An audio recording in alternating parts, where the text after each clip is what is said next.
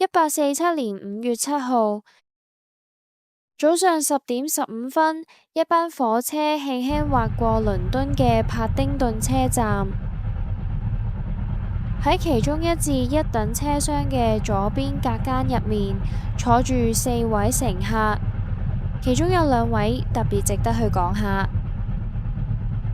嗰位女士擁有平滑而白皙嘅額頭，眉毛線條分明，睫毛長長，一雙眼睛好似會變色咁流轉自如。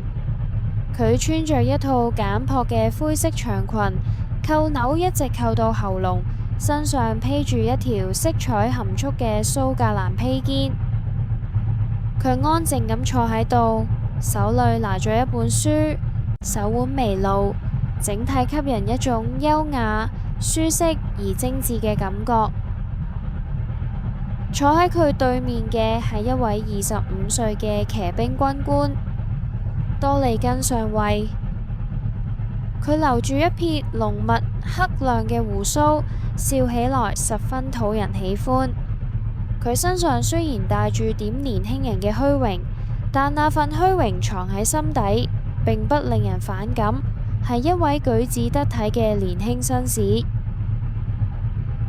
當時佢正同旁邊嘅戰友低聲交談，為咗唔想被對面嘅女士聽到，佢時不時偷望對面一眼，然後把聲音壓得更低。對面嘅女士睇起來完全沉浸喺書本之中，這讓她感到安心。最後呢2位軍人將聲音壓到極低，喺度咬耳仔。喺斯勞站準備落車嘅嗰位戰友同多利根打個賭，1賠3，賭多利根唔敢喺途中偷錫對面任何一位女士。多利根上尉微微笑了一聲，輕聲答應咗這個賭局。過了斯勞站之後，車廂入面只剩下3個人。到了特懷福德站，其中一位女士唔小心跌咗手巾，多利根上尉車站敏捷咁幫佢撿起來，兩人禮貌咁交流咗幾句。到了雷丁站，這位上尉買咗當日嘅《泰晤士報》同拳擊雜誌，雜誌上面幽默嘅插圖，讓車廂入面嘅女士們都忍唔住輕笑起來。大家一齊笑，彼此之間嘅陌生感漸漸消失咗。仲未到斯溫頓站，車廂入面大家已經熱熱鬧鬧咁傾起上嚟。多利根上尉表現得好有紳士風度，細心咁照顧住2位女士，遞上熱湯同食物。當佢哋回到車廂嘅時候，其中一位女士走進咗內隔間，去欣賞窗外嘅風景，留底凱索恩小姐與多利根上尉單獨相對。多利根上尉就好似一隻見到新朋友嘅小狗，變得越嚟越神采飛揚，越嚟越熱情；而凱索恩小姐就似一隻察覺到有牛奶靠近嘅小貓，表現得越嚟越端莊，越嚟越文靜。呢個時候，上尉望向窗外，突然輕笑咗一聲。凱索恩小姐好奇咁望住佢。我哋距離寶箱隧道只有1英里啦，上尉講。你每次嚟隧道仲有1英里，都會咁樣偷笑嘅咩？女士問。一向都係咁，無一例外。點解呢？呢個嘛，只係紳士之間心照不宣嘅一個小笑話。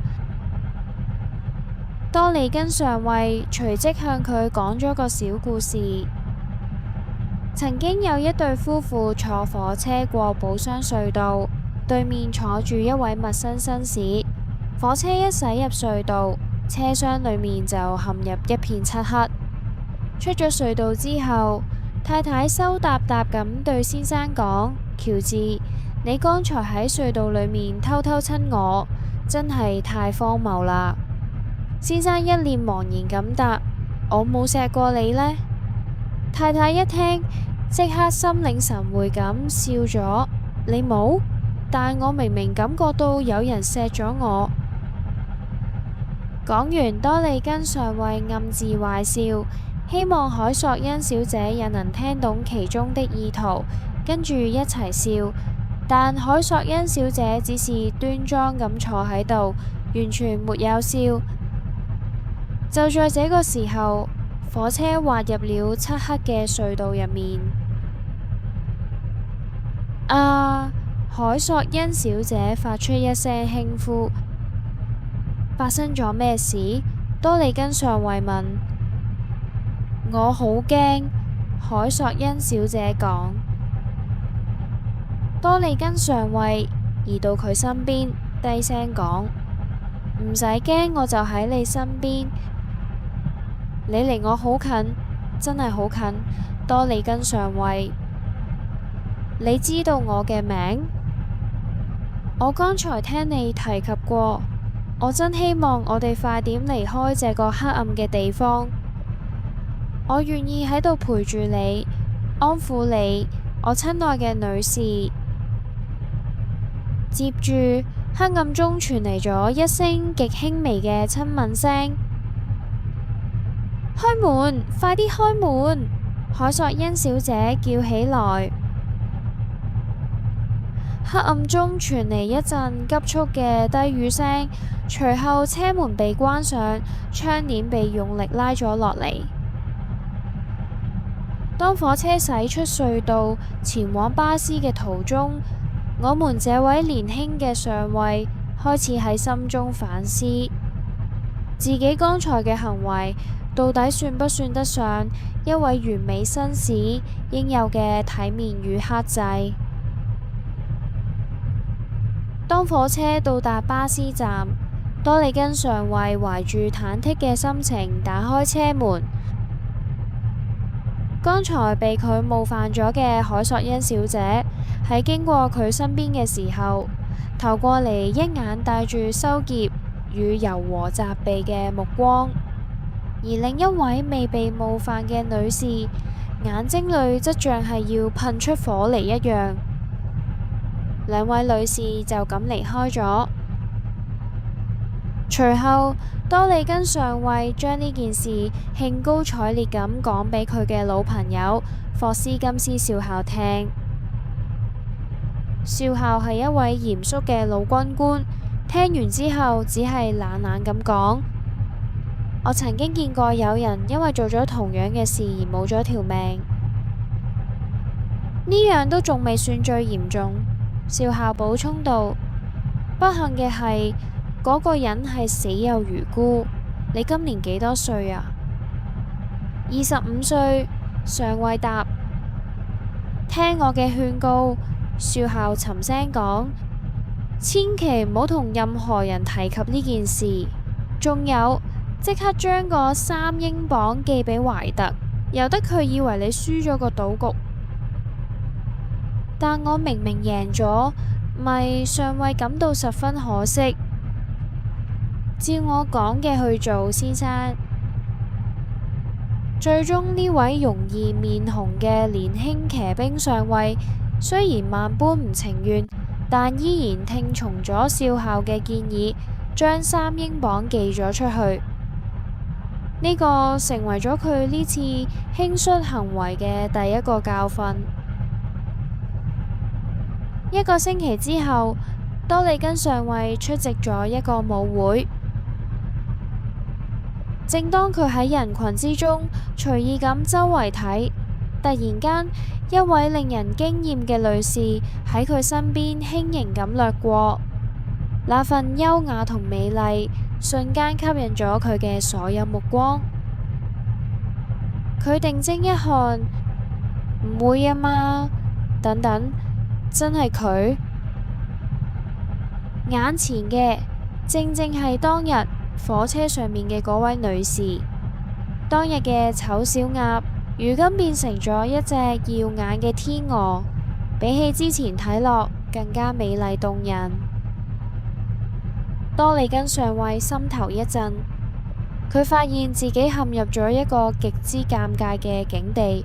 眼前嘅女士咁迷人，但自己偏偏係唯一一個唔敢上前邀請佢跳舞，甚至連打個招呼都唔敢嘅人。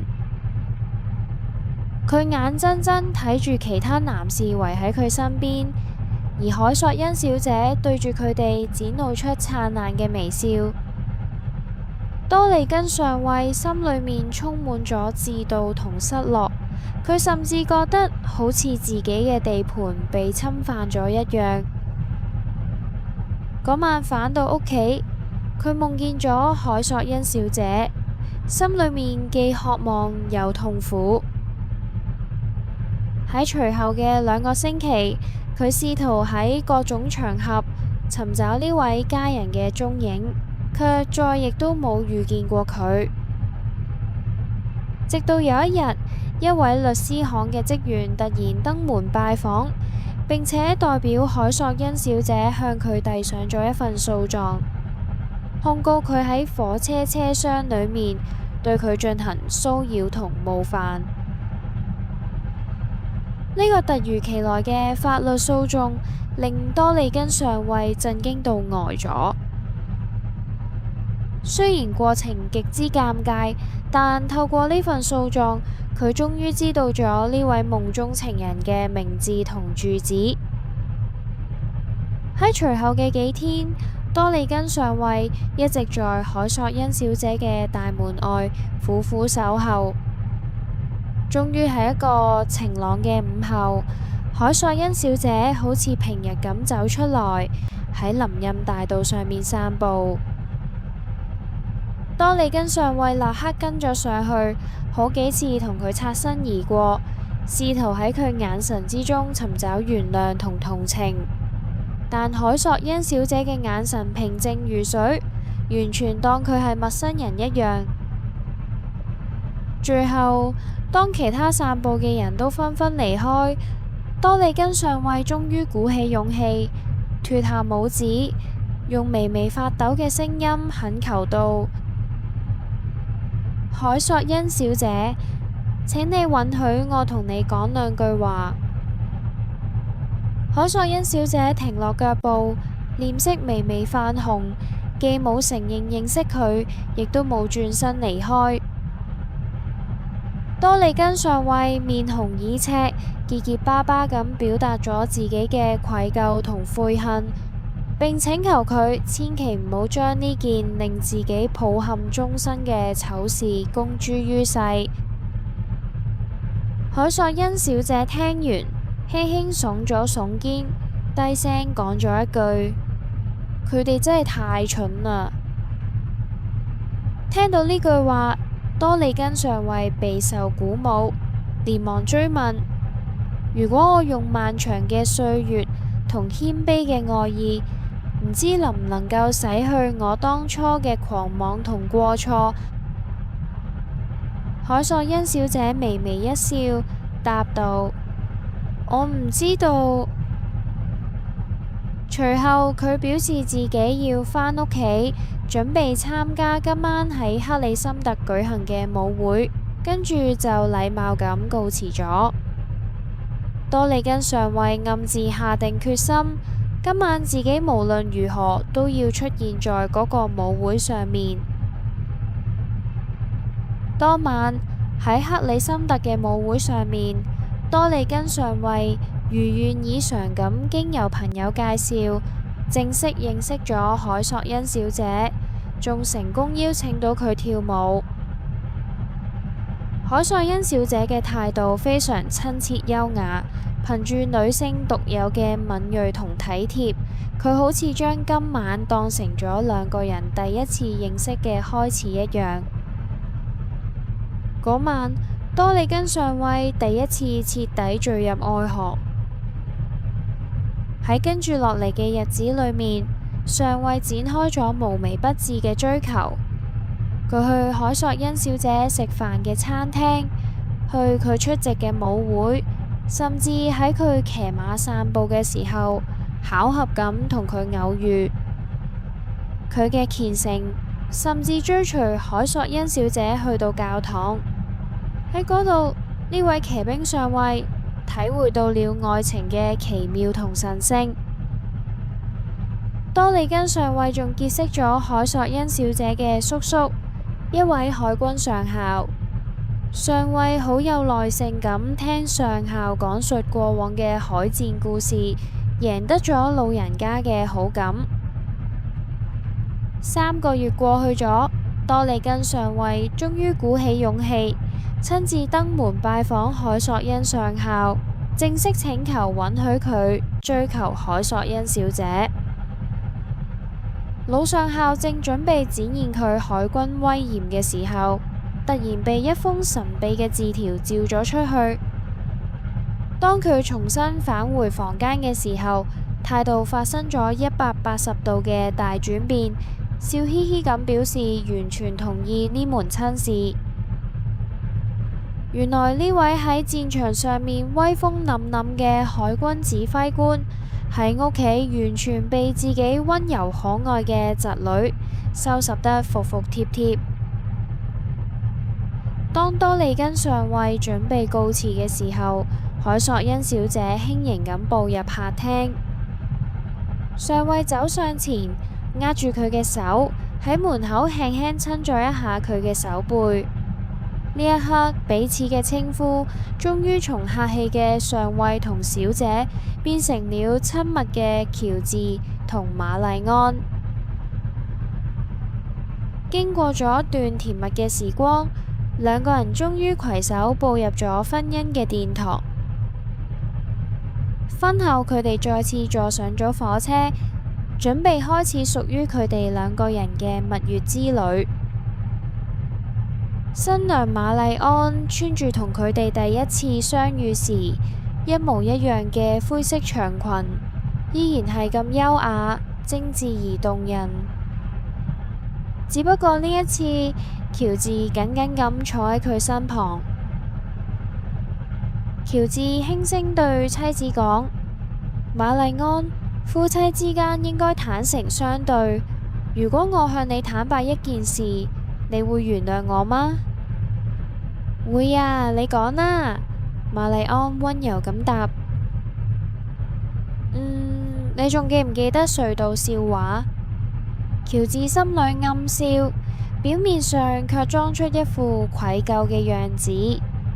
其實我當時同戰友懷特打咗個賭，用3磅賭10磅，賭我敢唔敢親錫你哋2位女士，其中一位。瑪麗安聽完，平靜咁微笑咗一下，低聲答道：我早就知道啦，喬治。我當時聽到了你哋嘅對話。吓，你聽到？呢個唔可能啩？喬治大吃一驚。而且你當時冇聽到我同我旁邊嘅女伴低聲講嘢咩？我都同佢打咗個賭。你都打咗個賭？真係太奇妙啦！賭注係咩啊？只係一雙手套，喬治。咁賭局嘅內容係咩呢？瑪麗安抬起頭，眼中閃爍住俏皮而溫柔嘅光芒。我同佢賭，如果你真係咁親我，你將來就一定要做我嘅丈夫，親愛嘅。喬治整個人都愣住咗。等等，咁講法，你當時根本就冇生我氣？咁嗰份控告我嘅律師信同訴狀又係點樣一回事呢？瑪麗安低下頭，輕聲講：因為我當時好怕你會忘記我呀，喬治，你會原諒我嗎？我親愛嘅天使，喬治感動咁將佢擁入懷中。